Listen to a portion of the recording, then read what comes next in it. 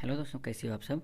आशा करता हूँ आप सभी बहुत ही अच्छे होंगे। दोस्तों, आज की इस वीडियो में हम लोग गॉस एलिमिनेशन मेथड का नेक्स्ट एग्जांपल बनाने वाले हैं। ठीक है, तो चलिए हम लोग, यदि आपको कुछ इस तरह का दिया हुआ रहे तो आपको घबराना नहीं है। ठीक है, तो ये वाला जो मैट्रिक्स होता है, बड़ा वाला मैट्रिक्स, इसको बोलते हैं हम लोग ए मैट्रिक्स। ये होता है हमारा एक्स मैट्रिक्स और ये होता है हमारा कौन सा मैट्रिक्स, बी मैट्रिक्स। ठीक है, तो सबसे पहले हम लोग यहाँ पे सॉल्यूशन लिखते हैं। सॉल्यूशन आप लोग को लिखना है। तो देखो, सबसे पहले हम लोग क्या करते हैं, एगुमेंटेड मैट्रिक्स बनाते हैं। तो एगुमेंटेड मैट्रिक्स क्या होता है, जो ए मैट्रिक्स होता है, ए मैट्रिक्स और ये जो बी मैट्रिक्स है, दोनों को क्या करते हैं हम लोग, कंबाइन कर देते हैं। तो चलिए, एगुमेंटेड मैट्रिक्स हम लोग इस प्रकार से लिखते हैं। और जो भी आपको मैट्रिक्स दिया हुआ है, 2 1 -1 1 -1 2 -1 2 -1, ठीक है, उसको बी के साथ जोड़ दो। ठीक है, तो बी का क्या है, 4 -2 2, यही है।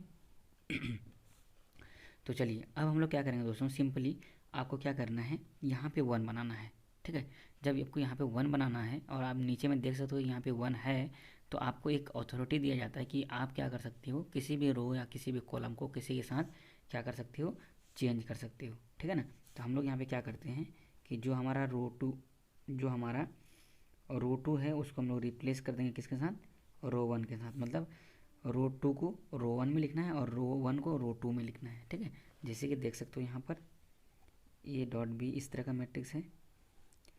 तो देखो, जो हमारा रो 2 में है ना, ये मान जितने भी हैं उसको क्या करेंगे हम लोग, रो 1 में लिख देंगे। तो चलो लिखो, कितना है, 1 -1 2, उसका क्या है, -2 है। ठीक है, और रो 1 का एलिमेंट जितना भी हम लोग रो 2 में लिख देंगे। 2 1 -1 4, उसका कितना है, -1 2 -1, उसका क्या है, 2 है, तो 2। ठीक, कुछ इतना। तो सबसे पहले यहाँ पे हमको 1 बनाना होता तो हमने ये 1 बना लिया। उसके बाद आपको क्या करना है कि ये जो डायगोनल एलिमेंट है इस प्रकार से, ठीक है, ये डायगोनल एलिमेंट के जस्ट नीचे जितने भी एलिमेंट्स हैं, ठीक है, जैसे ये एलिमेंट, ये एलिमेंट, ये एलिमेंट, सभी को क्या करना पड़ेगा दोस्तों, जीरो बनाना पड़ेगा। ठीक है, जब जीरो बना लेंगे तो हमारा एक्स वाई जेड का मान निकल जाएगा। तो चलिए देखिए, जब इसको हम लोग को जीरो बनाना है तो इसको क्या है, R2 है। R2 को जब हम लोग जीरो बनाएंगे, इसको जीरो बनाएंगे तो क्या लिखेंगे, R2, मतलब R2 में से जब हम लोग माइनस करेंगे किसको, 2 इंटू R1, तो मतलब क्या हो जाएगा, देखो R2 का मान कितना है, यहाँ पे 2 है, माइनस करेंगे तो माइनस माइनस कर लेंगे। ठीक है, उसके बाद जो भी एलिमेंट किसका है, देखो जो भी एलिमेंट R2 का है यहाँ पे लिखना है R2 माइनस, सॉरी इंटू, जिसके कंपेरिजन में करना है, R1 के कंपेरिजन में कर रहे हैं तो यहाँ पे R1 लिखना है और R1 का एलिमेंट लिखना है डिवाइड में। तो डिवाइड में 1 दे दोगे तो कोई फ़र्क नहीं पड़ता। ये तरीका है दोस्तों। ठीक है, ये तरीका है क्या करने का, ऑपरेशन लगाने का। ठीक है, ये तो जीरो बन जाएगा हमारा।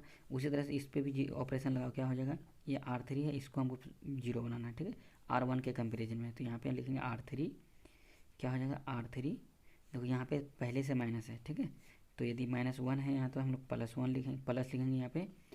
उसके बाद क्या करेंगे, सिंपली R1 लिख देंगे। तो देखो R3 का मान कितना है, -1, फिर प्लस R1, R1 का मान कितना है, 1, -1 + 1 जीरो हो जाएगा। तो इसका मतलब ये भी जीरो हो जाएगा, ये भी जीरो होता है, ये यदि ऑपरेशन लगाएंगे तो। ठीक है ना। तो चलिए हम लोग ऑपरेशन लगा देते हैं सिंपली।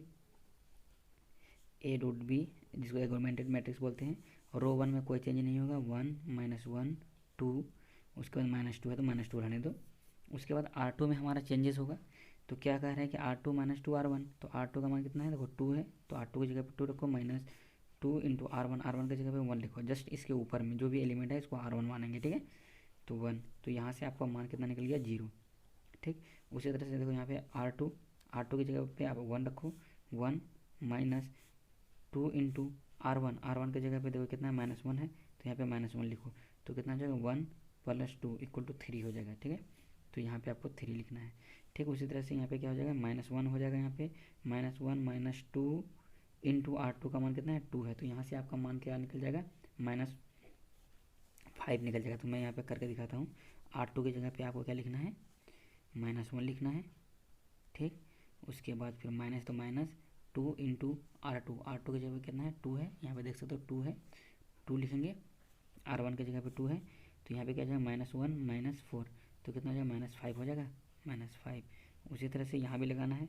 R2 की जगह पे 4 लिखो, -2 इंटू R1 की जगह पे -2 है तो -2, तो देखो माइनस माइनस प्लस हो जाएगा, तो 4 4 8 हो जाएगा यहाँ पे। ठीक, कुछ इस प्रकार से।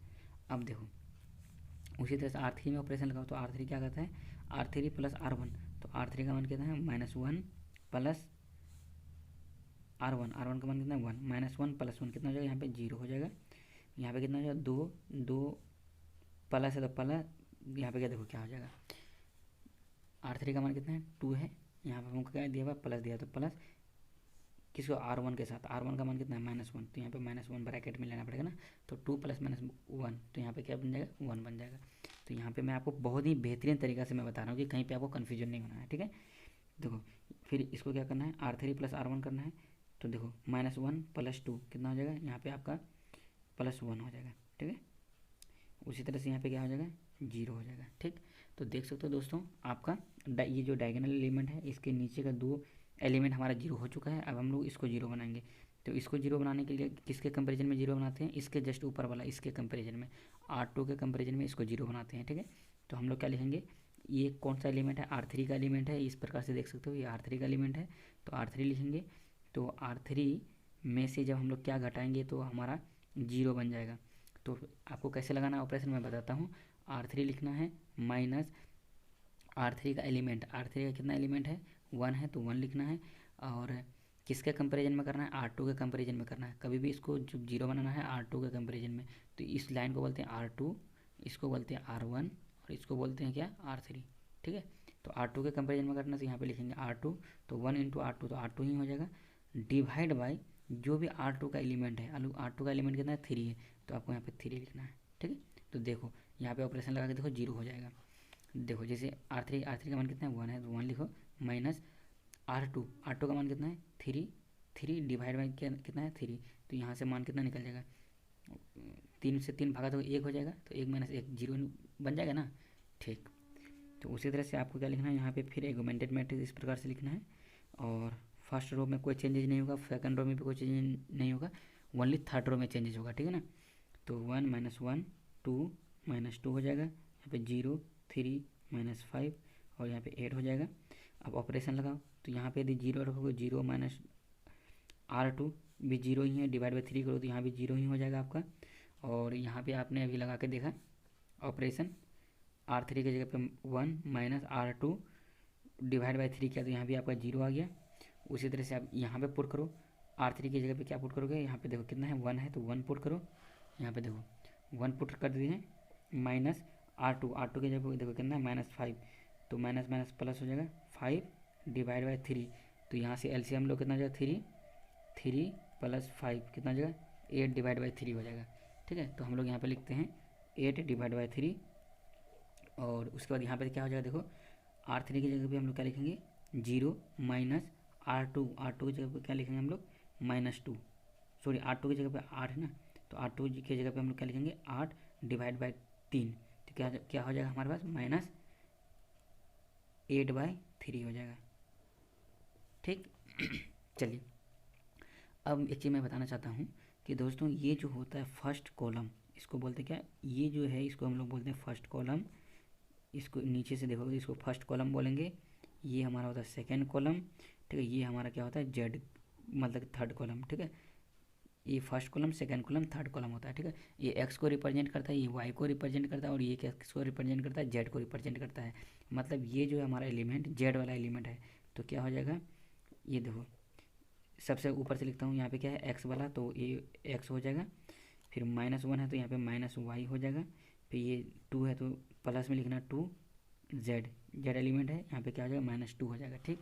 उसी तरह से ये वाई वाला एलिमेंट है, ये एक्स वाला, ये वाई वाला, ये जेड वाला, तो एक्स तो 0 हो गया, वाई का मान कितना है माइनस। तो हाँ दोस्तों देखिए यहाँ पे वाई का मान क्या है 3, तो 3y हो जाएगा। ये क्या है माइनस में 5 है, तो यहाँ पे -5z हो जाएगा इक्वल टू 8 हो जाएगा। और ये जेड वाला एलिमेंट है, एक्स वाई वाला 0 है, ये जेड वाला एलिमेंट है, तो यहाँ पे लिखना 8/3 जेड इक्वल टू -8/3। तो देखो दोस्तों जब इसको हम लोग क्या करेंगे, सिंपली सबसे पहले ये इक्वेशन 1 मान लो, ये 2 मान लो, ये 3 मान लो, ठीक है।